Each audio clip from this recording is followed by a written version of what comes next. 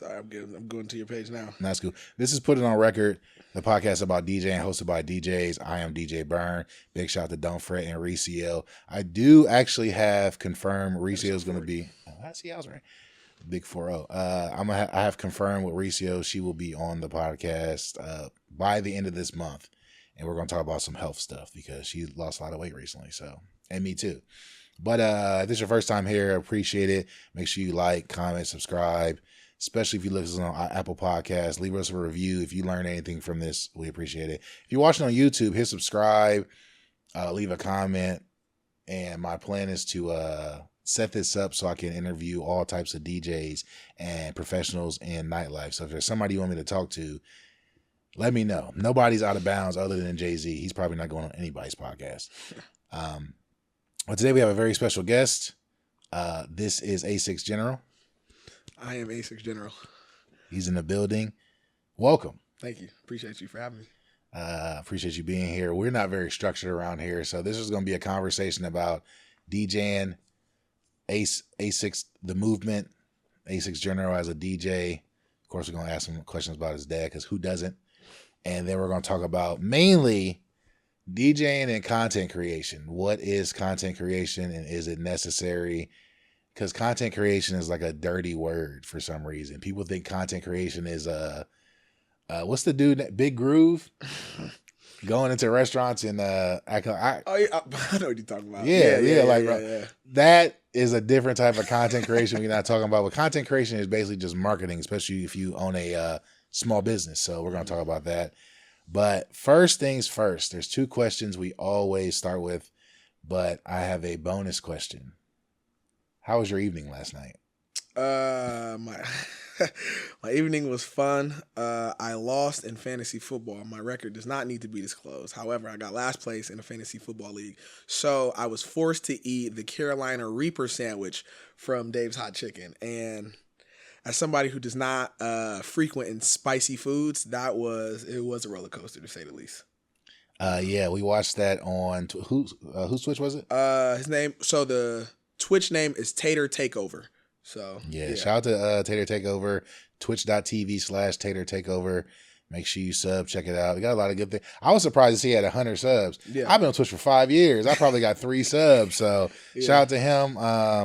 More content creation. Absolutely. And I wish my mom and dad wouldn't have told me to stop playing video games when I was in high school, because I could be a streamer right now. Very true. But they said I would never make money off that. But very true. That's neither here nor there. So Carolina Reaper sandwich. Yeah, it was spice level for me personally was a 10 out of 10. 15 minutes worth of pain. But however, I'm a man of my word, so I had to do that, and I would not recommend. I had to sign a waiver for it too. So yeah, we're not going to talk about your record in fantasy football, but let me just say that I feel like if you auto draft and auto set up your roster, you could probably get a better record than what you had, or maybe not. I don't know. I don't play fantasy football anymore. So the two questions are: one is a 2-part question. Mm-hmm. How did you get your DJ name, and what was your original DJ name? Because I feel like a lot of DJs, including myself, had a DJ name before they actually settled on something. So, first question. Well, before I go, what was your DJ name before? I'm just curious. Did I? Actually, I might have just told a lie. Did I have one before?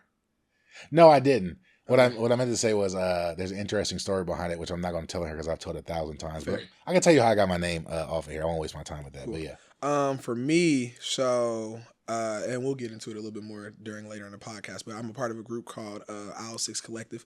There's 7 of us. So I've always been a fan of groups when they had the group name first and then your code name and stuff like that. Like ASAP. Yep, exactly like that. And so with the group, this was probably maybe a year or 2 into the group, because I started off in the group. I was photographer / media person, but then we started making an album, and where we were gathering producers, artists, engineers from around the city, and we wanted to make kind of like a Dreamville-esque album, but just basically kind of trying to add to the already made Columbus sound, right? And so it just got to the point to where more things started getting handed over to my plate, and I was executing them at like a high rate. And again, like one day somebody was like, bro, you low key like a general of this whole thing. And so I'm like, again, like I didn't want people like to call me like A6 Rich. So like that's why I never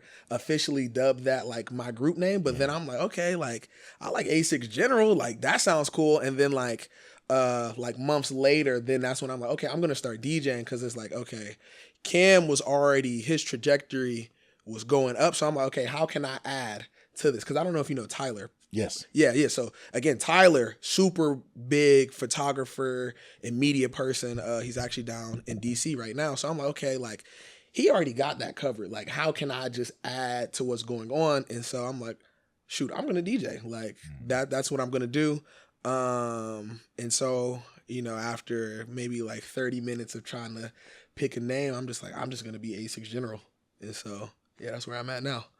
This first of all, the name is great, and whenever people come to me and they're like, "What should my DJ name be?" I was like, "Whatever you do, just know that you don't have to put DJ in front of it, because you don't have to be DJ whatever. Yeah. Also, it doesn't really matter what your name is if you're good. People will call you whatever. Full body do-rag, for example. Don't fret. Yeah, facts. As long as you're good, they'll call you whatever. People thought for the longest my name was Bernard because of DJ BERN, and that's not it. So, yeah, I'm glad you landed on something that was natural to you. If you're out there and you're thinking about a DJ name, whatever comes natural to you, it ain't got to be something. Yeah. I feel like it's generic to put a DJ in your name, in front of your name, just as much as it's generic to put DJ type elements in your logo. Yeah. Just like it's generic. Stop doing photo shoots holding equipment, especially when it's a bullshit controller. We don't know. You ever see a chef? Well, actually, I have seen a chef hold a whisk. That's stupid. Like, that's fair. Headshots, like lawyers don't, like CPAs don't be having advocates, whatever. Like, just, anyways, that's generic. The second question is, tell me about your worst gig. Oh, my worst gig that I feel like I have had, it had to be For the Lovers. Really? Yeah. For the Lovers with Sonic Blush. Because again, like let's not assume. I didn't have the traditional like DJ path, I would say, whereas like, maybe you start off in a small venue and then, like you build your name. Like my first gig, it was bar crawl. Yeah. Then I had my homie's birthday like later that night. Like that was my first paid gig, I should say. And so, I just didn't like, I was drawing inspiration from so many different places. Like I didn't have my own style yet. And so like, again, even within like my first 3 to 4 months, like I did an orange soda. In my first year, like I did the bar crawl, I did orange soda. I did something else, I forget. But then it came and I had to do For the Lovers, and I'm like, oh, like I love R&B, like I'm gonna like try to plan it out, and I'm gonna go from this song to this and like again, it wasn't bad, like don't get me wrong, like it wasn't. I don't think I've truly had a bad set, but I have had a set that I wasn't proud of. And so that's where, old man Chase came through. He said, young man, young man. He was like, how do you feel about tonight? And I was like, oh, shit. I'm just like, I mean, it was cool. He said, and that's exactly the point. He said it was just cool. Like, it was cool. He's like, you're a better DJ when you don't think. He's like, that tonight was not your best, so don't think. And then he just walked away into the shadows. Chase has a lot of wisdom, and you can also tell that he's a parent, because that's it. Like, how do you feel? Oh, it's cool. That's the problem. Literally, I was like, yep. I can definitely hear him saying that. Yeah. These are all experiences we grow from. And, it's crazy. I forgot who it was, and this is not a shot at the person, but I asked somebody that, and they said they never had a bad gig. I was like, that's cat. Yeah, not to your knowledge.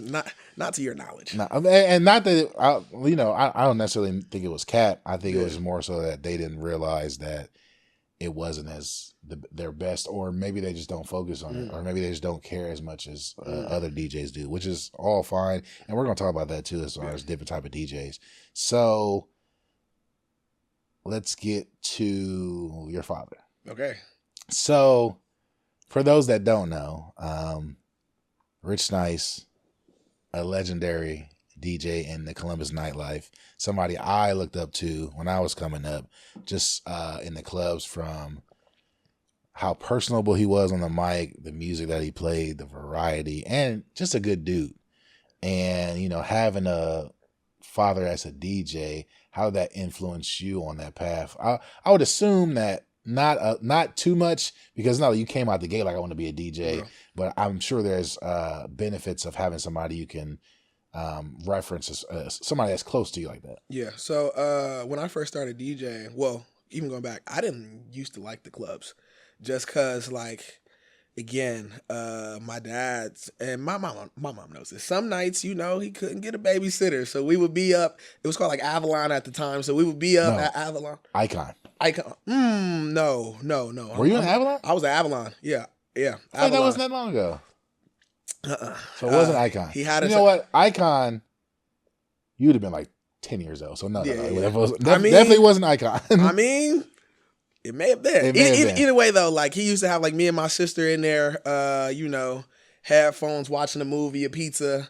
And so I just remember like it just used to be so loud to me. And I'm just like, bro, why am I in here? Right. But so yeah, when I first started DJing, I would notice like obviously like there's a lot of older DJs. So I would say one of the benefits is just like access. Like being able to speak to you being able to tell me stories about my dad, like things that he's done. And I'm like, okay, like I didn't even think about that. Like, let me see how I can add that to my game.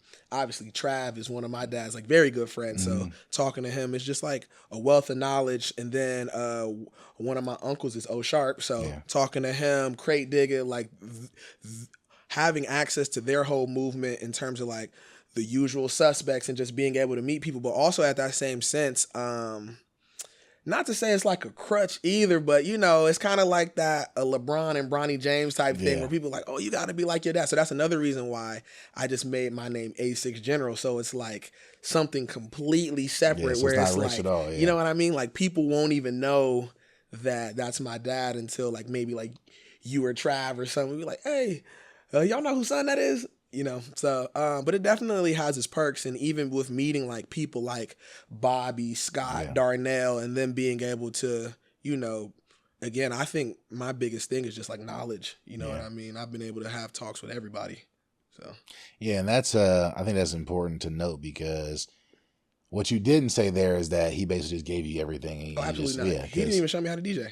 Exactly. So, I mean, which it's not a negative or a positive per se, but there are some people that got that automatic built in. I think I talked to Corey Towns about his dad. Okay. And I think it was the same thing. It was never like I'm pushing you to do this. Yeah. It was just, if you want to, we got the resources and I can help you along the way. But it's never like, oh, you're going to be, because I'm Jazzy Jeff, you're going to be a DJ as well. So that's dope. And it's dope that you found your own way with it. And I feel like it don't even come up anymore. Not really. I feel like if you know, you know. Yeah. You know what I mean? And it's just like it's not like I'm going by like Rich Nice or like, I don't know, or like A6 Rich or anything like that. So it's like just people wouldn't even put the two things together unless like, you know. That's I meant to ask you because I was thinking about it when I was listening to your dad's Twitch stream. Shout out to Rich Nice on Twitch. Amazing following on there. Yeah. Why you stop using the drop? But actually, you don't use drops at all, do you? Not really, no. Yeah, so just because I feel like sometimes they can be distracting. I feel like it's just like with talking on the mic, like you have to use them when necessary and stuff like that. And again, I feel like, you know, sometimes I just like to let the music speak for itself. And I mean, people know who I am. Like, not even trying to say that in like a boastful thing, but it's like, I mean, shoot, I posted the flyer, so I would hope you know that I'm DJing. You know what I mean? And most places that I'm at is probably some type of graphic. So like, I don't have to, for me, and it's kind of like contradictory. Yeah, there we go. I don't really like attention that much. That's wild for a DJ. Right. Actually, no, that's not wild, because I feel like a lot of us are introverts that just happen to like technology and music. Right. And like, I feel like a lot of DJs are just nerds, and we wouldn't go outside if it wasn't for that. And, you know, there's other things, but that definitely makes sense as far as like not necessarily needing all the attention. Yeah, like I just don't need to bring more attention to my, like, I'm already DJing. Like, I mean, I'm good. So. Yeah, I feel that, but I also I feel like like your drops though. so Pause if I was necessary. yo no. So I feel like I understand everything you're saying, but kind of also my whole thing about using the mic, what I tell Don't Fred and Recio and everybody else is like two things are going to happen. Either it's going to be, oh, that DJ last night was crazy, I have no idea who it was. Or the opposite side of that is like, A6 General wouldn't shut the fuck up, but at least they know who Right. it was. And Right. so like using the mic and using drops, I feel like you just got to use them. It's like seasoning. Yeah, you know, yeah. you got to use enough. It's gotta So be that's done why gracefully. I don't cover up my transitions with the air horn. See, I wasn't even going to take it there, but A yeah. lot of y'all Yeah. do, but so I feel like my drops if y'all haven't heard them before, it's not even just, there's DJ BERN ones, but it's He's on Fire and He's Heating Up because that's BERN related. I just use them where I feel like they're appropriate. Like I'm from the mixtape era, so like hearing drops on mixtapes when they're appropriate or hearing DJ Drama scream on a track when it's appropriate, I feel like it just hypes it up, and like anybody can play a song, but when you hear He's on Fire, you be like, oh, I know who that is. My favorite one is that Boom Shakalaka. Yeah. Or now I'm using the toasty, but yeah. that's more funny than it is impactful, but I just play it because it's funny. That's funny. So you're DJing now. Well, where do you, since you kind of just, I feel like your DJing came from just, like you say, you just want to find some way to contribute. Yeah. But now it's like a whole thing. So where do you see this? Where do you want to eventually take DJing? I want to maximize it. Because again, I know in my mind, I'm not DJing forever. Or maybe I am. I don't know. But in my perfect world, I'm not DJing forever. I'm owning some type of like music hub, whether that be like a lounge or like, probably not a club, but like a lounge or like a bar or something like that. And you know, I can implement my same like force into like that type of spot. And so for me now, like I can't really like half-ass anything. And so since I'm DJing, now it's like, okay, that same, you know, like tenacity I would use in like my sports background, I'm just applying that to DJing. So it's like, okay, if I'm going to DJ, I have to get, you know, like more equipment. I have to, you know, practice my scratches and my transitions, and you know, I have to get this wealth of knowledge when it comes to music. I have to talk to the older statesmen like you and Trav and all these other people, and I have to use my network. And so now, and then that also goes into content creation, where it's like, again, I'm not trying to direct the pod, but it's also like, you know, there are certain things.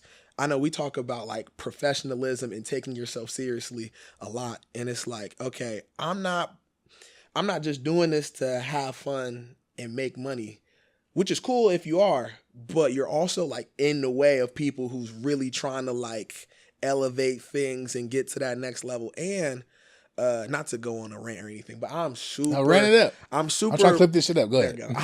I'm super pro Columbus. So I try not to use the word hate, but I really do hate when people would rather appreciate the things outside of our city first than appreciate those who are actually like in here. Like, do you know how many people be like, oh, like I didn't know about orange soda.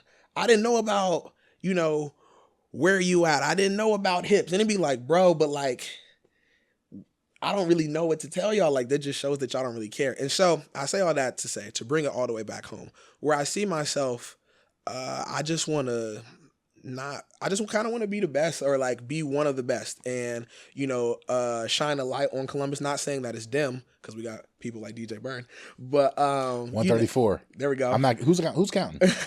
I just want to add more legs to the table, and that's it. Like, you know, when it comes to rankings, I don't really care about that. But as long as like we are all just bringing more. I forget the saying that you say. It's like the high tide or something like that. Oh, a rising. One, not my saying. It's like a wise old saying. A rising tide lifts all boats. Yeah, so I want to be able to contribute to the tide and just bring more boats here. Yeah, we, not me. Yeah. You hit on a lot of great points, and I'm gonna just address them as I remember them. Bet. Well, what type of DJ you want to be? We'll put a pin in that. We'll circle back around. But tenacity and taking it seriously is one thing. There are definitely people that just want to do this. All right, let's just say it. There are people that just want to DJ for attention, Mm-hmm. attention or money.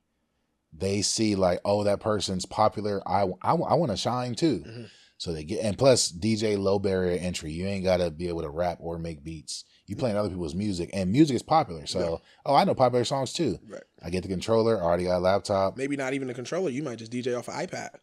Absolutely. And so it's like, I too can get attention if I just do this. And then it comes into like, I always say, once you want to get paid for this, now you food, because you want to get paid over somebody else. So it got to be a competition. And that's the thing. People don't want to compete. They're like, no, you know me, so you should just give me money. Or I'm a DJ, so you should just book me. And then the question is like, well, why should I book you over somebody else? Then they can't answer it. Then it's all you hating or you gatekeeping. Let me actually rewind. You telling people you did orange soda, you should have never did that, because now you're like, oh, he did it in 4 months. Why I can't do it? That's because you're trash. And I work hard too. Yeah, like I work hard. Working hard. If you say you want to do something, you know how you prove it to me is by working hard. Yeah. This is why you saw me have to set up all this stuff. Yeah. And not even like I had to paint these walls and do all this stuff. It's because I actually want to do this. Yeah. Going back to, I actually saw a thread today that said, I should have shared it with you because it was hilarious. It was like, everybody buying these Osmos and this Cuba. When it come time to edit, you don't know what to do. It's like, yeah, because you thought, oh, BERN got a camera. I just buy the camera and I'm good. All right. When you sit down and try to edit that, it's like, damn, this is hard. I want to do it. Well, you really don't want to do this then. One reel might take you 6 hours. And you might do the reel and then be like, I don't really like this. And now you got to skim through it. Oh, man. I think when people watch their favorite podcast, they don't realize how many people standing behind the camera doing this. When this stops, I got to sit over there and edit this. There's 2 different audio streams, 2 different cameras, put it up, do the thumbnail. That's because I really want to do this. Same thing with DJing. And that's why people that just do mashups or whatever, I'm like, all right, that's cool. Do everything. You got to practice everything. You can't just be like, all right, I'm going to do mashups and then I'm going to get booked. Yeah. Or I feel like the worst thing that happened to DJing was Beyonce doing that Weather remix. Yeah. Because it's like, if I do a mashup, I can do a Beyonce song, and now everybody's doing mashups. Yeah. That and that Virgil video, but we're not talking about that. Yeah. So, what type of DJ you want to be? What I'm hearing from you is that you, it's a creative outlet for you, and it's entertainment, and you want to take that as far as it goes. And a lot of DJs just want to be like, when I say this, it sounds like a diss, but it's not. When you're a DJ, you're either a creative or a utility. It's kind of like, oh, I need a caterer. You just need somebody to bring you food. There's people that have that business. Well, you know what? You know what's even better? It's like a chef or a cook. You want somebody to come cook your food, or you want somebody to create a menu for you. Okay. 2 different things. So it sounds like you're probably like me. I don't go to wedding expos. I'm not just I got a bunch of DJ equipment. If you need a DJ, call me. I'm more like, if you need DJ BERN, I got you. So absolutely. Why not go that route as far as corporate DJ, wedding DJ? It's kind of boring to me. I feel like you're like a robot. You like what do they say? Like a cog in the machine or something like that? Yes. Yeah, nah. I don't know. Like I just can't do that. I won't do that. To be honest, like again, doing them here or there, like, I mean, that's cool, get your money. But for the most part, like the things that like I want to do and the way I see the world, like they cannot be put in those boxes. You know what I mean? Like just from the things that like, even with events, like for example, the way I would DJ if I was ever booked at a love language, or I don't even know if you guys do the bookings, but whatever. But the way I would DJ at an Orange Soda wouldn't be the same way that I would DJ at like a corporate gig, just because I'm assuming that they wouldn't allow that type of creativity, because they just want you to like do your job. Yeah. Like they just kind of want you like to dribble and then just go home. And it's like, exactly. I personally cannot do that. I'm not built that way. I said this on Threads once, and I got a lot of blowback for it when I said, oh, if you say I'm just a corporate DJ, I don't do the clubs, I know what kind of person you are. Yeah. And that's fine, because what that tells me is that this is a business for you and you're a product. And the product is not creativity. It's usually accessibility. It's usually equipment. And those are all things are important. Like when you do a corporate gig, it's about being on time, being professional, knowing how to address the crowd. It's rarely about what you play, because the corporate gigs is very And by corporate, I mean family friendly. There are Yeah, corporate gigs for like Nike and stuff like that where you yeah, can go crazy. yeah. And those are fine. That's not what I'm talking about. But what it sounds like when people say that is like, hey, I don't want to compete to be in the club. Mm-hmm. So I'd rather just get the easy money because if I get a corporate event to pay me $1,000 just to come basically just set up speakers and play music. Stop. Yeah. And there's nothing wrong with that. Right. Same thing with weddings. Like I don't go to wedding expos because they're just looking for who got the best setup. It's not really about what they play. Like usually when I do a wedding, it's because somebody came to a party and heard me or they went to another wedding and heard me. It's like, I want that. It's pretty much having a club DJ at the wedding, which is fine because I can do all of that. But I think that's important to figure out what kind of DJ you want to be. So let's just get to social media. Content creation. Yep.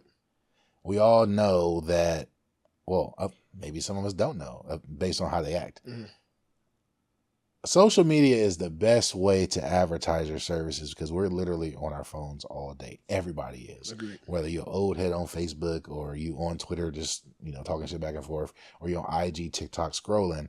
And so I saw that and I'm like, and also I know people that work with artists that went to labels and the first question was how many followers you got. Yeah. Like they don't give a shit about what kind of music you make. Yeah. And so if you want to break through, if you want more attention, of course you need to grow on social media. And so I got right to it. And I think you see that and you see the effect that it has. And it's like, hey, I want to do that too. So I applaud you, one, for going out and buying a GoPro, asking all the questions on how to work it. And, basically how we say it, teaching how to fish. What exactly happened to make you want to make that switch to actually, start doing that? So, I just started thinking about my network and I'm just like, okay, if I want to get booked out of the state, out of the city, how am I going to get there? I'm like, it's not like, again, like I know, people in these different types of states, but it's like, okay, how do I get to know more people? It's not like I'm adding people on LinkedIn or anything like that. Or again, I don't want to follow everybody either. So it's like, okay, what starts or what brings in the numbers and what can I do to get my like DJ skills seen? It's like, okay, I see that if I drop one reel, and I think one of the best things that Instagram has done now is they've done like the business insights and stuff like that. Cause now you can really like track your progress. And so from there, I'm like, okay, I'm getting, X amount of views on this post. Maybe I posted a reel, story views and stuff like that. And then shoot, I mean, you got closer. And so it's like, okay, I see BERN. Okay, BERN just got 50K. 100K, 500K. And I'm just like, damn, like, and mind you, I think it was when I seen you DJ, correct me if I'm wrong, because I say the wrong, was it Korea? Yeah. Yeah, when I saw you DJ in Korea, and it's like, not that I have an interest to DJ in Korea, but it's like, bro, like, how the fuck did he just DJ in Korea? And again, based off our conversations, I think it was off like a reel, right? Yes, they followed me off a reel, and I said, hey, I'm actually going to be in Korea this summer. I'd be interested to come DJ at your spot. And he was like, cool. Okay, we got 5 nights for it. I was like, bro, I got to go home eventually. Like, I can't do all this. Yeah. But yeah, and it's, to your point, it's because they found me on Instagram. Yeah. Whereas before I had any motion on Instagram, I would hit up places and like either they wouldn't even reply or they'd be like, we don't do bookings like this. Yeah. Which behind the phone is probably like, fuck out of here. Cause that's sometimes what I'd be saying when it's like just a random person. I'm like, I don't even know who you are. Cause when I go to your page, it's just pictures of you in outfits. There's no DJing. And so also just to rewind on why I started DJing. That's another reason why I was trying to get our group in places. And obviously people want to see what you're doing, but it's like, shit, if my Instagram is just, I think back then I had like pictures of me playing football, like pictures of like the group and stuff like that. Like people want to see the artist. Like they want to see, they just basically want to see your talents and stuff like that. And so that's another reason why I started DJing. But to go back to your point about why I wanted to get into the content, I'm just like, bro, like, I don't know everybody. However, though, if I post this reel, I may have 100,000 more people who've seen this. Whether they liked it or loved it, shit, they still saw it, shared it, et cetera, et cetera. And so, again, somebody gonna like it. You know what I mean? And so, and just for me, I've been fortunate enough to be, through my network only, I've been fortunate enough to be able to travel across the country and DJ, but I'm just like, okay, imagine if I added this extra tool, you know what I mean? And so that's when I started to hit you up, and I just asked you all these questions, and then I eventually bought the GoPro.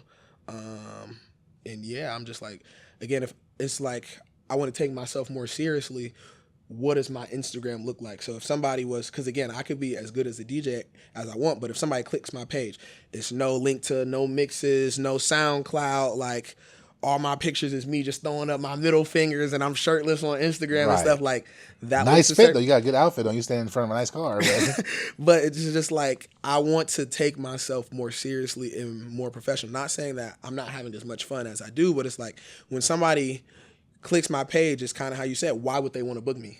So, yeah. And to your point, like, you know how many fucking YouTube shorts I watch about food, and I'm about to go travel these places, try these restaurants. Yeah. So like, if you recommend a restaurant to me, I'm like, oh, send me the IG page, and I look, the food look crazy, I'm gonna go. If I look and I don't see nothing on their page, or they ain't got a page, the place, oh damn, I don't want to shit on that business, but we DJ somewhere recently, and they were selling plates in the back, and I'll tell you off, remind me, I'll tell you off camera, and I was like, they got a face, because the food was busting, and I'm like, they got a Facebook page or something? No. I'm like, so how do I advertise this? How do people even know to come here? Right. And so this applies to everything. Also, to your point about buying a GoPro, I bought this specific camera because the way it shoots in the format, I could clip vertical reels out of it and not lose any quality. And so the last YouTube video I put up is going up because the reels look better. And Wingsman, so I use the same camera. So really about what you said about content creation being important to advertising your services and all the tools you need and the skills. And I think, both of us have backgrounds in videography. So, but if you don't, then pay somebody to do it. Facts. Like, instead of just being like, oh, I don't want to do that. Like, all right, well, then you don't want to be successful. Like, you're going to have to start going door to door, or like at minimum, people don't even have a business card. I'm like, how do you plan on advertising your business? And it's like, it's even things like Fiverr, like where you can pay somebody from wherever in the world for like $5 and they'll clip up your stuff for you. Yeah, so, people.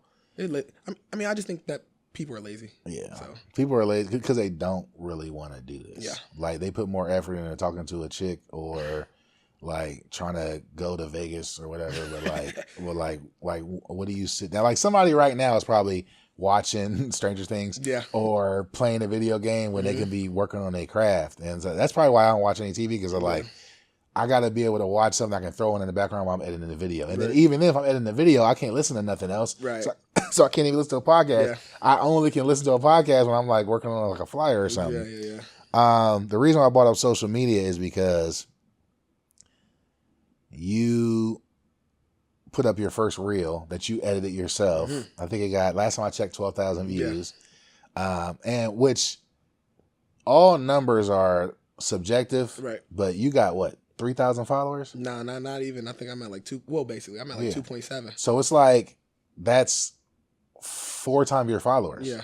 That's crazy. Congratulations. Thank you. Were there any hesitations on going into the content creation space?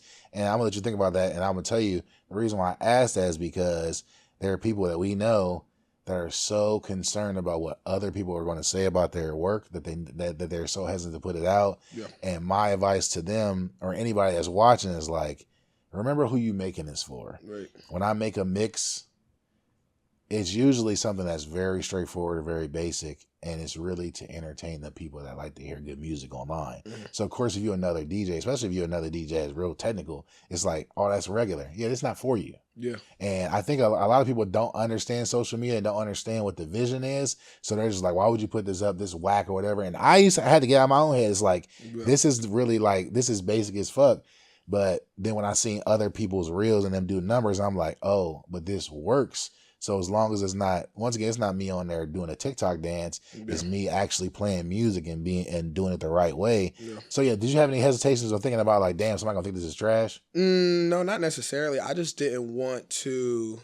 I think for me, and I think I don't know how it is or how it was for you growing up, but like growing up in like the almost like too cool era where it's like, oh, like it's cooler to have like 6 posts on your page and you following less people than you have followers and stuff like that. Not to interrupt you, but it was either you or Cam when I first started like knowing y'all. I went to y'all page. I was like, what do y'all do? And I know that's what it is. It's Yeah. you from the era where some people have no post on their page. Yeah. It's all story. And I'm like, Yeah. that's cool, but not if you a DJ, because Yeah, like facts. I don't even know what you do. Facts. It might have been Cam, but it was like 6 posts and it was nothing a DJ. And I was like, Yeah. how do I know you're a DJ? Facts. So yeah, that's definitely something from y'all era. I think mine is more like, and like you're not saying this, but I'm saying this because this is something I had to get over. It used to be if you tag somebody in your post, you dick riding. It's like I can't tag comment in my post. It's like, oh, you dick riding. You want some attention. Yeah. People are too cool to be fans of other people. Yeah. But you know how many people, legendary artists, have seen my reels and gave me props because Destin Conrad, for example. Yep. I tagged him in my post. I was like, I love this song. Of course, and then he wouldn't comment on it. Yeah. And I was like, all right, like, and you know, I think I said this on the last pod. Like, if it's Beyonce, she probably not gonna see it. Right. If it's Jay-Z, he might, because he see everything. But like, outside of mega superstars, everybody's on their phone. Yeah. So if you showing them some love, like, why not tag them? Because then they might repost it, and then that benefits you. Because once again, what are you doing this for? Are you trying to be cool on the internet, or are you trying to advertise your services? But go ahead. I'm sorry. I mean, I think you kind of just said everything that I was gonna say. Like, just for the most part, like, not my hesitancy of like the content that I was putting out. Because again, like, even before DJing, like, me and my friends used to make like skits and stuff like that. So as far as like, and I would say like, I have like a real like I don't care attitude to when it comes to like social media. Like, I'll post myself like planking and just doing like random stuff. But as far as like the actual page itself, I just didn't want to have like so many like, you know, or whether it's like flyers or like reels or stuff like that. But then I'm just like, well, I'll just make a second page. Like, A6 General is marketing. Like, if somebody, it's like how we say, like, if somebody wants to pull up my, what's another word? Resume. If somebody wants to pull up my resume, basically, then they could just see that. They can go through reels. I got a couple flyers on there still. But, you know, this is what they're going to see. And then if I want to post stuff like more personal or stuff, I just have like a private page. Yeah, I don't know if you noticed this, but this is for everybody. I usually take down flyers after I've done the event, unless it's something that means a lot to me. Facts. Just because that's the past. Yeah, facts. And like, you're not gonna get any value out of knowing that I DJ'd at this bar 3 months ago. Yeah. So the page is like, you can scroll through and see all the entertainment side of the things I do, and maybe like, because Hips was important to me this year, I left that up. Yeah. And doing the redo, like, that's important as well. But then even, sorry, not to cut you off, even to that point, if I'm taking down that flyer, I probably got a reel that I'm going to post from there anyways that's going to get more views probably than this flyer's going to get. So, I mean, it's kind of like a trade-off. Yeah, and why social media is important is because there are so many people hitting me up now because they want me to DJ their gigs, which they're really saying they want me to put it on my social media because of the numbers. So you got to pay for that. Mm-hmm. So now it's like, even in going into negotiations, negotiation we just made for an event that's a monthly event now with a venue. I told them, like, all right, part of this is that I'm going to give you one real pre and post event every month, and that's more visibility for everybody because I got more followers than y'all do. And so people going to, even if they don't come to our party, they know that this is a venue they can go to on other nights, and it's better for everybody. And you can negotiate in that because there is value in that. Because you might not think so, but if you got 10,000 views on a reel, somebody's like, oh, well, if they post at our event, it's going to turn us up. So all this is important, and the biggest thing I want y'all to take from it, the reason why we're having this conversation is that so many people go against the idea of creating content. One, because they're lazy. But two, it's because they don't see the value in it, or they think it's just, I don't know what they think. I can't even fathom not understanding this, because it's as simple as people pull out their phones every day and see a restaurant, a new food. What was it? Bird Box, Popeye spicy chicken sandwiches, all these examples of stuff going viral, and now I gotta go try it. And then there's even YouTube videos of like people just saying, oh, I tried all the viral food, and it just, things go viral, and all it is free commercials. And so why not take advantage of that? I agree. This is not really a question, but this is more of a statement, and I wanted to say this on here. And you know the situation. Just as important as what you post on there is the stuff you don't post. And I told you about this conversation I had with two people outside of Oddfellows about being emotional on social media. Mm-hmm. So for all you guys that are using social media to promote your businesses, the biggest advice I can give you is that keep the business business. There's no need to be airing out your love life on social media. There's no need to be airing out other businesses because that doesn't get you anything. And more importantly, it's like when you're emotional negatively, y'all not Kanye. Like there's no reverence in doing that. Like all they're going to think is like, this person's emotional. And I can't tell you, there's somebody recently that posts something being emotional. And my immediate response is like, all right, cool. I'm just not going to book them for anything. Yeah. And they probably don't even know because I'm not going to address it because I'm not going back and forth with nobody. But we talked about this yesterday. Yeah. Yeah. So it's like, I want your take on this, which I'm sure you agree, but it's like, if you are going to make content, just remember like, this businesses see this, not just me, DJ BERN, trying to book you. Businesses see what you're putting on there. Stop smoking weed on. Smoking weed is more widely accepted now. Yeah. But there's still people that like businesses that don't want to be associated because it's drugs and it's illegal in certain sentences, in certain states. So why would you post yourself doing something illegal online when it doesn't align with? Once again, this is a business, so just be mindful of the things you post, even on your story. If you feeling emotional, go talk to your partner or put it in the group chat. We have a group chat all day. We be talking shit all day and we be complaining about shit all day because if I put it online, it's not going to be productive. And once again, if you're serious about your craft, then be serious about it. I agree. No, I agree with everything you're saying. I think the biggest thing in that I don't think many people are self-aware.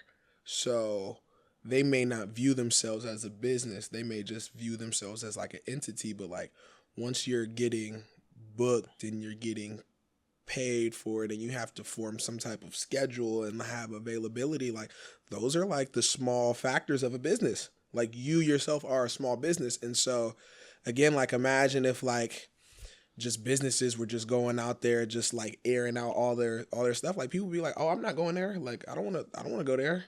Like imagine if like, again, like I had a restaurant and I was like, oh yeah, like we just got rid of all the roaches or something like that. Like y'all be like, what the I'm not going there. And so again, I just think people need to, again, and it really, I think the title of this podcast may be Take Yourself Seriously or Take Yourself More Seriously. I think people just really do need to, take themselves more seriously, like how you act outside. Like, and again, that's something how we talk about, like how you act outside, how you, represent yourself, your team, et cetera, et cetera. I think that's very important. And a lot of people, they just don't view it that way. And they have moments of selfishness where they just want to get their stuff off. But like you said, bro, start a group chat, get a journal, go to church, things like that, where you can, voice your opinion in private. Because again, like it's like you said, like that person, they don't even know that they just tricked themselves out the spot, and they may be a really good DJ. I don't know who it is, but like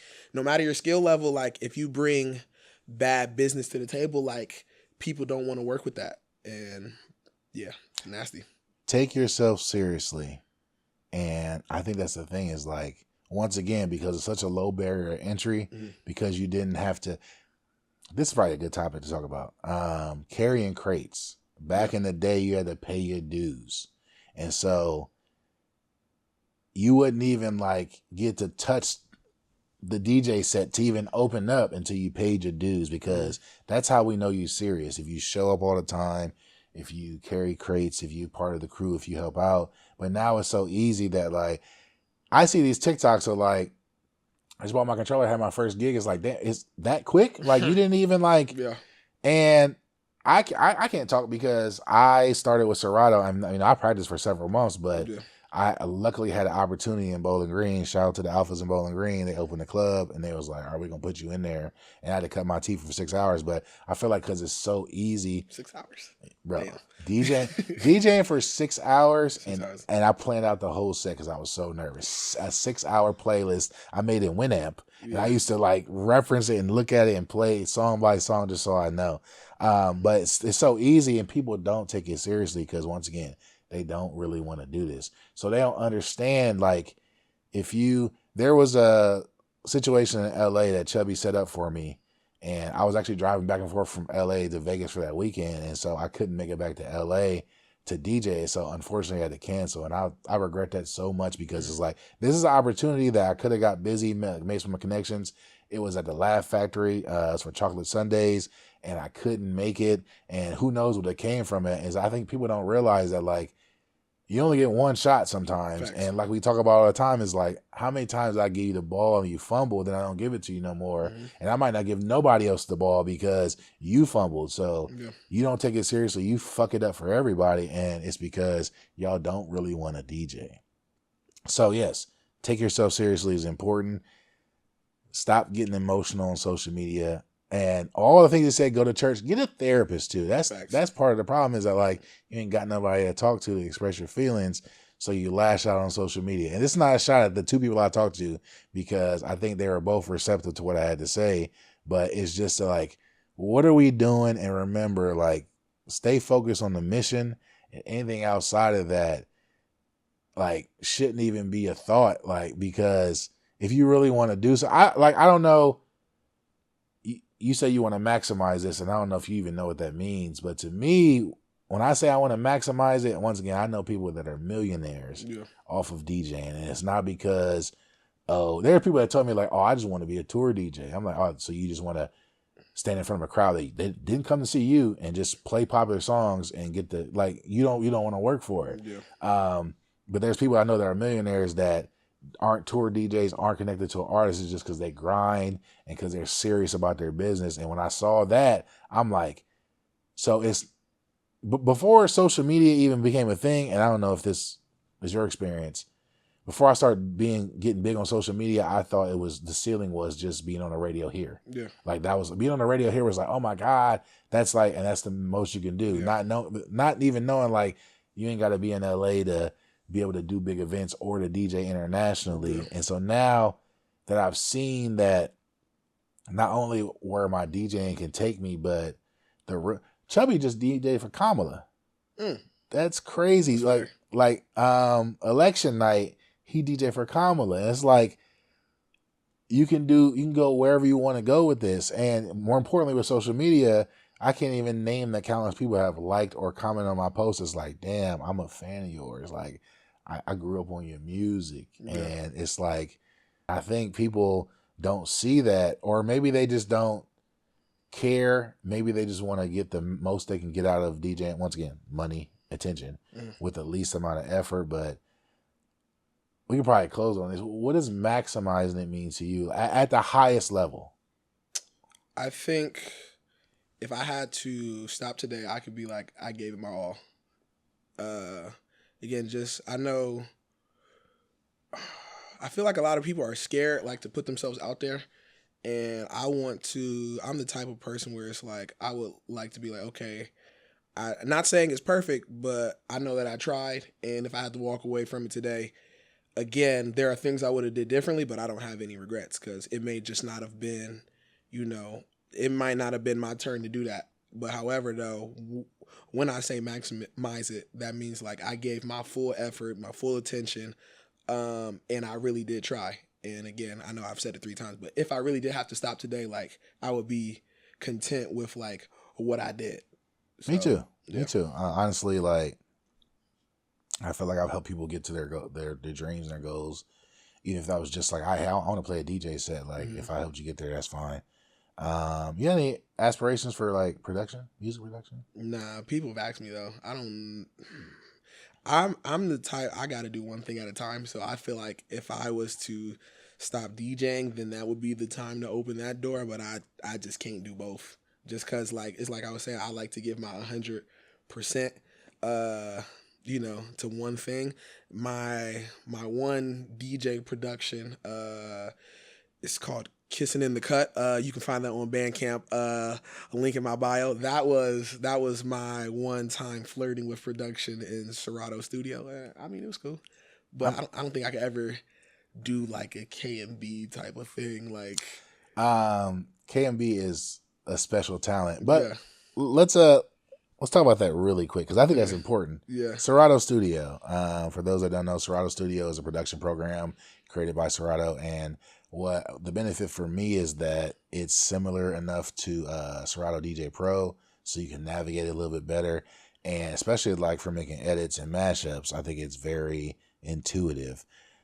You said that was your one. Are you not going to ever do another one, or it's not in the plans? I mean, if I buy the program, Oh yeah. I had the 10-day trial, so I was racking my brain to think as many as I could do. I made like 2 of them. Okay. Yeah. I got 2. I have one that I'm going to debut at a later date, but I got my 2. I felt like Kanye West, and the only reason I say because I feel like what my thought process on that is like. I'll be out. I mean, you've seen it. I'll be out and I either do something that was crazy mashup wise or hear somebody else. And I was like, I'm going to go make that. And then, it's like $10 a month. But just doing it and then just putting it up and, people enjoy it or they don't. Right. And some good things come from that. There's some good mashups I made that come from it. Yeah. And sometimes I put something up and it gets no traction. But I feel like for somebody that already DJ, now, full off production, that's different. Like full off making the beats and doing the shit does. No. I don't have time for that. Yeah. I wish I can learn it. I've been trying to learn it forever, but I literally just don't have time for it. Yeah. But I do feel like that might be something to explore, even if it's like, all right, it's $10 a month and there's no contract, so I'll pay for 1 month, and if I don't make at least like whatever you need to do to justify it, then I'm not paying the next month. Just to see like. Because it might be the same process. Like when you're out, you play 2 songs and mash up and didn't even think about that. It's like, damn, I should make that a thing. And it might be worth it. So I was gonna say that I can do. Yeah. However, though, I felt when you said production, like my mind just automatically jumps to like creating beats and stuff like that. Like that was my question. But when you said that was your one thing, it made it seem like you weren't gonna do it again. And I was like, but that's a lot easier. Like I do that. Like I always say every year, one of my New Year's resolutions is like I'm gonna make a full 10-song EP of like. My ultimate goal is I like to be able to play kind of like Austin Mills, kind of like KMB, do a whole hour set of my own music. Yeah. But it's just making beats is very tedious, and I'm not a tedious person. This is the editing videos is probably the most, and even then I'm like, all these transitions, I'm just trying to get right to it. So that's why in my videos it don't be a lot of transitions. The reels though, but the longer ones just don't. That was the last question I had. Oh, who's the worst DJ in the city? I'm joking. Me. I don't really. How do you feel? Okay. Back to social media. When somebody's like, how do you really feel when somebody say your shit trash on social media? Just say I'm not the DJ for them. Like, again, like through collab. So a real life example through collabing with you, I've got a bunch of, and listen, everybody, I call it the BERN effect. If you ever have a chance to experience the BERN effect, it is great. I have gained like 400 followers in the past month. My numbers have went up. The sun's been shining on me and no, I'm playing. However, though, it's just like with anything else. Like, again, I may not just be the DJ for that person because it's like that one person who says it's trash is like 1,000 yeses. So it's like if I get so stuck up on that comment, like I probably shouldn't be DJ. And then I also understand like DJing's it's like a public sport. Like I'm doing things literally to be judged. So I can't be mad when people literally don't agree with what I do. Like if that's the case, I just wouldn't DJ. Right. I just wouldn't DJ. Or I would be a corporate DJ. Because listen, man, as long as that check clear, it don't matter what you play. Facts. And get your money. Facts. No, and the reason why I asked that, because I figured you're going to say that. Yeah. I think a lot of people will be arguing in the comments. I don't understand why you're not going to change nobody's mind. Yeah. Literally, the reel I have where the person asked for a song request, as soon as I said, don't make song requests, there's so many DJs in the comments like, oh, I would have took the money. I'm like, okay, you would have. or you should have just played it, or wasn't nobody in there anyway, or you trash. And when I have time and I want to entertain myself, I'll go back and forth like, all right, well, it was 10:30. Let me show you a video when it was 1 o'clock because it was busting in there. Or I'll say, that's crazy that you think I'm trash because I've been back at the same venue a dozen times since this video dropped. Yeah. So my point of saying that is that you have the right idea about it. Is like, you're not going to please everybody. Nothing has 100% positive review. Right. No product. And it just might not be for that person. Right. And also, if you're going to skip over the 20 positive comments to focus on the one negative, that might be a little bit of insecurity. And once again, y'all niggas need to go to therapy. But and just log off. Yeah, just log. That's another thing. You can just log off. You know what you can do is you just be like, you can just swipe out the app. Like, I gotta talk to my wife about this all the time. When I see something on online and I know the comments about to be racist, I'm not even gonna look at the comments because why? But she be in the comments like, I can't believe they said that. I can because the world is crazy. So sometimes you, Cam, and Sequel will reply to a comment that I didn't even see because I'm like, I'm not even looking at the comments, and I was like, oh, I didn't even see they said that crazy. Yeah. All right. But and then every once in a while it's a DJ. Here's another thing. Here's another gem for y'all. Only one time out of 1 million comments I got on Instagram did somebody have something negative about something I did, and they was more successful than me.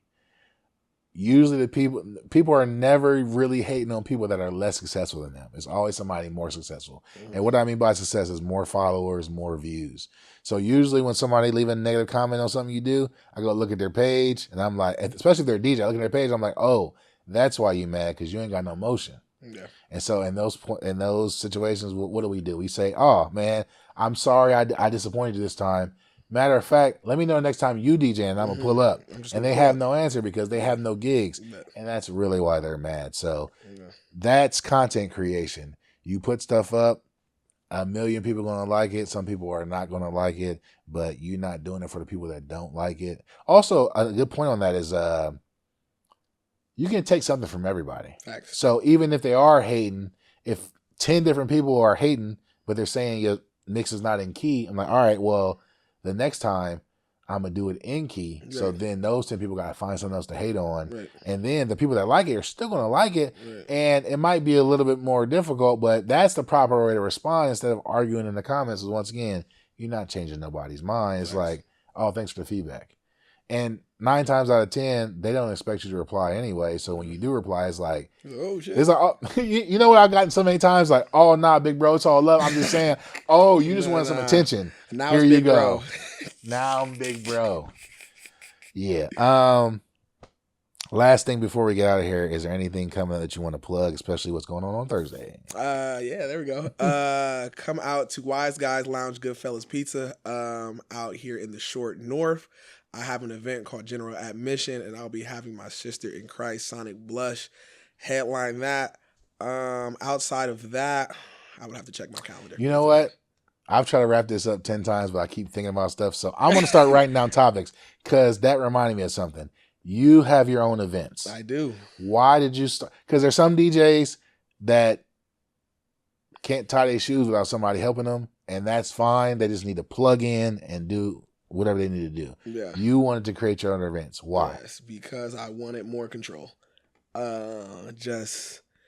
Specifically with General's Admission, I feel like when you DJ in bars and clubs, you have to appease to the crowd. Like, right? Like, as much as we say we want to add our own flavor for it, like, depending on how you're getting paid, whether that be off the bar or the door, like, obviously we know, since we're kind of like a little bit more seasoned, like, certain music incites like people to do certain things, whether that be like go to the bar, buy some more drinks, buy a bottle, et cetera, and just make the room feel good. However, in that though, like, there are certain moments where you're like, oh damn, like, I know I have to play this. I may not have wanted to play this, or it's like, okay, like, I like this song, but I don't think everybody out there will like it. So I just created my own event selfishly so I could play whatever the fuck I want to play.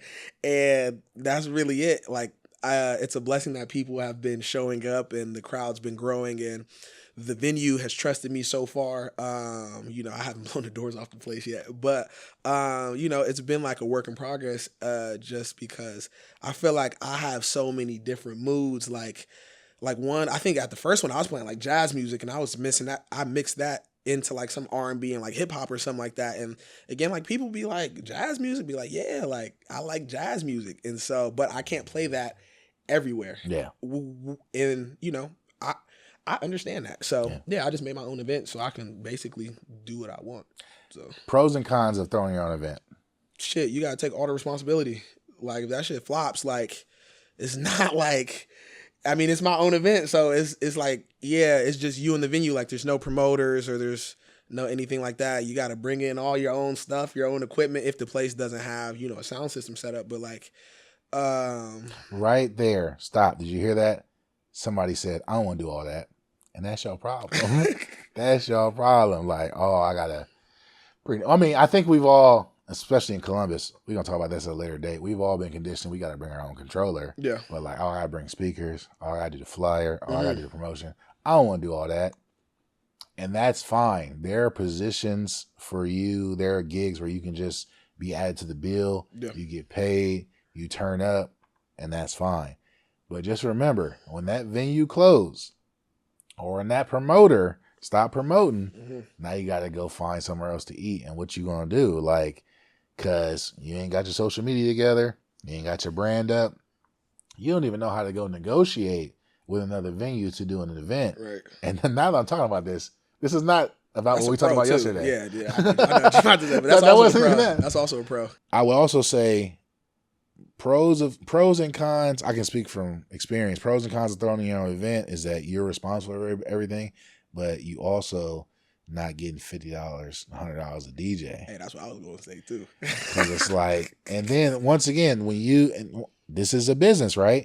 Negotiating with the bar, now you got that relationship. So when Alec is a great example, when he go to another business, I did good business with General, so I'm gonna bring him over here. Yeah. But if they always got to talk to the promoter, like I said. If that promoter, it's basically like you leaving your career up to somebody else. Facts. Like you hoping somebody call you to get booked. Facts. Where I'm just like, there was a time Orange Soda started because I moved back from LA to Columbus and nobody knew I was here and I wasn't getting booked. So I was like, I'm gonna put a free commercial on for myself so that people you come I spend the money to rent the venue, you come to hear me for free, and then hopefully you call me to do something else. Yeah. And it's about investing the time and the money in yourself. And that's the benefit of throwing your own events. Like, not necessarily, it ain't got to be a banger. It's not the end all be all. Love Language is literally a commercial for me, Don't Fray, and Recio. And it's because we want to play what we want to play in our own space, and we want to play with each other. Pause. That is a crazy one. I'm sorry, you two. No, but if you had to pick one or the other for the rest of your life, it's either you're only making your own events or you're only getting booked and you don't have to do any work. Which one would you pick? I'm doing my own events because, again, like I'm not about to rely on no man to have me eat. Man or woman, sorry. But, I would just rather do my own stuff because then you're just a worker, and I already have one job. Like I do have a job. So. You're just a worker, and you're at all this because we know the people we know sounds like subliminals, but they're not. You're just a worker, and then you're at the mercy of somebody else. But some people have to hear that type of stuff, though. Like even again, like the other DJ who we was talking about, who's like, I didn't even think in that realm until I heard y'all say it on the last pod. Oh. So it's like sometimes you have to say these things, and then if the shoe fits or if you feel like that certain pain in your chest, do something about it. All right, cool. So let me finish what I'm saying. You got to do business with people you don't want to do business with because that's all you got. And you wouldn't be in that position if you would just do your own shit. So you don't have to go beg somebody. It's kind of like, we all, like I said, we all work jobs we don't want to work because it's a paycheck. Just imagine if it was as easy to start your own business, but guess what it is? Because you already a DJ. Mm-hmm. Just turn up. Then this also goes back into, all right, you got your business. Now what? Create content. Yeah. That's how you raise your visibility, and that's how you get booked for more things. So I guess the overarching message here is that you have complete control over your career, and it goes as far as you're going to go with it. Mm-hmm. A lot of people, I think, are sitting waiting back to hit the lottery. It's like, it's kind of like rap. I make a song, somebody sign me, I blow up. It's like, oh, I'm a DJ, somebody pick me up, or I get a corporate gig, corporate bag, and then I'm out of here. It's like, it don't work like that because nothing sells itself. Yeah. I always say, like, even if you're a drug dealer, like, you got to still advertise it. Yeah. Like, and these are addictive chemicals. Yeah. So nothing, it's like, I'm just a DJ, come book me. That's not how things work. Pause there. You also have to take your ego out of it too. I sent so many text messages, DMs to all of these out of state connects who I've now gotten, like still to this day. Like I texted Leak like 2 days ago. I was like, hey, if you have an opening set in Miami that you feel like I could do, or even if I could just come down there and shadow you, like I'm just trying to grow my brand, I want to DJ in Miami. So, and you're the only DJ who I know down there. So like, let me know if I could like follow you around for like a weekend or something like that. So yeah. I feel like a lot of people, to your point where you were saying like, hey, I'm a DJ and I should get booked. That's not how things work because it's out of sight, out of mind. Yeah. Like, how would I even know? How would Leak even know that I ever wanted to spin in Miami had I not texted him? So I swear we're gonna wrap this up, but you keep bringing up great points. Sorry, and really, this podcast is just for me to get my shit off because I don't want to complain on Instagram because I know better. So we're using this podcast. So it's two things, and these are very important. Mm-hmm. One, part of the social media thing is once you get visibility. Like, for example, what's the dude's name? Raymond. The one. Oh, the mashup. Yeah. So now, Cam played the song. Mm-hmm. We tagged him in it because y'all DJs be playing other DJs mashups and not tagging them. That's crazy. Facts. Tagged him in it. He said, oh, bro, it's love, blah, blah, blah. He in the UK. I seen that. Yeah. Guess what I'm going to hit up when I get in the UK? Yeah. He be like, oh, you saw her for Instagram. And that don't mean he going to give me a gig, put money in my pocket. But what it does mean is that I know somebody there so I can at least move around. Yeah. And that's how you make connections. But if I just pull up on him and say, hey, I'm a DJ, he'll be like, get the fuck out of here. Yeah. Like, that's what I would say. So that's why I have dozens of stories of that. It's literally like, that's how I met Corey Towns. It's because we got familiar on social media. I'm like, you know what? I'm going to pop up at his gigs because we all know how it feels when another DJ pop up at your gig. It's like, oh, snap. Thank you for coming. And all of us usually know or have seen like another person's page too. Yeah. So it's like, oh, you saw, and plus I have a very distinct look, so I know you recognize him. You see, he's like, oh, thanks. I didn't know you was coming. Thanks for coming. And it's like, now we can build that relationship. And it's me supporting you in real life, how I support you on social media. So that's why it's important to take that next step. And to your point, like, let Leak know, like, hey, you don't have to, I'm not asking you for money. I want to come down there and see what you're doing. Yeah. Nothing wrong with that. And if Leak don't respond, don't take it personal because he probably getting 1,000 of messages. Facts. And it'd be easier for you to be like, well, no, it's me. Like, well, who are you? Like, bro, you know how many people I know? Everybody can't go. But that goes to my second thing, and I couldn't wait to say this. People ask me all the time how to get booked for Orange Soda. So I'm going to give you a list of things, the do's and the don'ts. And this is not just Orange Soda. The reason why I'm bringing this up, because this is about when you cold call somebody and you want to DJ their party and you don't get a response, this is probably why. One, take your ego out because there's only so many parties, especially if it's like, I just hope you see this because I'm doubling down on it. DJ David from Club 1 BD. Oh, yes. Yeah. He followed me on Instagram. Cool. We talked back and forth. I said, hey, I want to do one of these parties whenever there's an opening slot. And he just sent me back an emoji that's like making notes. That could have been fuck out of here, or that could have been like, yeah, I got you. I don't know. But I asked. Yeah. So at least now he know he's interested. If he never hits me up again, I don't take it personal. Because you know when people probably asking him? Yeah. That's not, humbly speaking, that's not me. Yeah. That's probably less successful and got less content online to even show you can DJ that are probably asking him. So he's probably like, and there's only so many of those parties. So this is for everybody, for you and for everybody.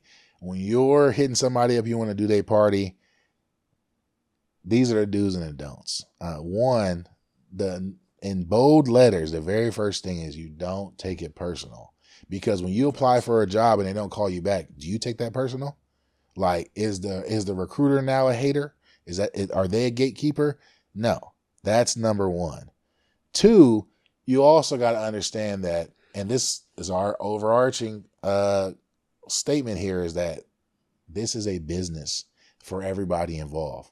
So I can't just throw you an opportunity because whatever you think the reason is, because somebody's livelihood depends on it. And as we've learned by recent events, you can fuck up shit for everybody, money wise, financially, if you're not doing the right things. And so that's why opportunities are scarce. But those things aside, it has to be mutually beneficial. So, like, hey, you want a DJ party? Why? What can you bring to this that didn't already exist? And how does it benefit me? Because I know how it benefits you. You getting paid and you're getting put in front of an audience that you haven't been in before. And when it comes to orange soda, humbly speaking, you've never been in front of 1,000 people. So I know you want a piece of that, which is fine. We give DJs opportunities all the time. But how does it benefit me to book you? And if you heard that question just now and you felt some kind of way about it, that's the problem, because this is a business. You got to sell me on it. So making things mutually beneficial means that, hey, I'm going to bring a certain crowd that doesn't normally come. I'm going to promote it on my page. I'll make sure I get visibility on social media. Overall, I'm going to do a good job. Like, that should be first and foremost, because if you're not a good DJ, then there's no point. Right. But also making it a low lift for the person you're asking. Like, once again, you're asking for opportunity. Don't make me work hard for it. You got a press photo. There's people that don't even have social media. How are you a DJ? Can you use the equipment, or do you need to bring your own? Because if you can't use the equipment, you can't go. No, you can't come put your controller on top of my equipment. You don't want to open? All right, well, you're not better than anybody else on this bill, so why would I put you in any other spot? You only put you in a prime time spot so you can shit the bed and then fuck it up the whole experience. And now somebody that came to their first party is never coming again because you were trash. And this is stuff you don't think about. So even with all of that, if you have all those boxes checked off, how many other DJs have those same boxes checked off? Everybody can't go. So if the opportunity is not right for you, or it's not the right time for you, and you take it personal, guess who I'm never booking? I'm never calling you back, because you take it so personal that I just won't give you money. Yeah. When I could literally give it to anybody else, especially, and this is probably the situation I come up with most DJs, is that you don't even take DJing seriously. Thanks. So this opportunity to be on this platform and get all this visibility, and this could catapult somebody's career to where now they're DJing for the rest of their life. And you don't even want to do that. You just want to be in front of a bunch of people and play all the hit songs, and now I'm getting I'm getting attention. And then there are people I booked for Orange Soda that never DJed again. And I'm not mad at that, but they was openers. And then if you tell me you too good for an opening slot, then prove that to me. And once again, if you take that personal, that's a you problem. Because if somebody tell me I'm not good at something, I'm either going to show them how I think I'm good at it, or all right, what am I missing that I need for this? Yeah. Like what exactly am I not doing right? And for most opportunities, it's having a social media presence. I've never seen. Well, let me not say that. In the past, it's been, damn, why did they get the opportunity and I didn't? That's hate. But now it's just all right, what do I need to do to get the opportunity? Yeah. So all these things are things you need to consider when you asking somebody to give you money to DJ. And then if you have all those boxes checked off and you still don't get the opportunity, don't take it personal. Yeah. Because we all know there's people that just book their friends, and that's part of the game too. So getting mad at that and going on social media and ranting about it is not going to get you the booking. There's no point. So yeah, all of that needs to be considered when you want to get a gig. When you say you want something, consider all of that. And then if you still don't get it, it's okay. That opportunity is not for you at that time. When you start taking it personal, all you do is making it worse for yourself. And then just start your own party. Like I did, and now all the people that didn't want to book me now want me to book them. And I don't hold no, like, it's no hard feelings. It's still based on, like, does this make the overall party better? Right. And I swear on everything, this is the last thing, because I just thought about something else. You have a comment about that? I was just going to say to the people, we literally talk like this all the time. So all the time. Text messages on, and just then being recorded now. And all the stuff, we see everything online, and I just make a mental note. I'm never responding to it. Yeah. But the last thing, when you DJ, if you're more concerned about getting your shit off than the overall experience of the party, that's a problem. And experienced DJs and promoters see that, and that's also not going to get you booked. Are you speaking to like burning out other DJs before they go? That burning out, if you don't know what that means, is like playing all the bangers. Like if a party's from 10 to 2, if you're an experienced DJ, you know there's songs that need to be played at 12 and 1. Mm-hmm. Don't play them at 10 o'clock. And also don't play them right at 11:50 when you're about to get off. Boy. There's so many DJs that push back about that. Like, oh, well, you're not a good DJ. Like, those people, I'm making notes of that. I'm just never going to book you. But y'all don't want to open. Y'all just want to play the record y'all want to play because you want to get the crowd reaction. Top 40. And not even concerned about how it affects everybody else. Y'all keep playing these artists that are strictly banned, that should not be played out in public anymore just because you want to be different and you want to be edgy. All right, then you also don't want to be booked by me. So all these things got to be considered. Is it about you, or is, once again, adding value?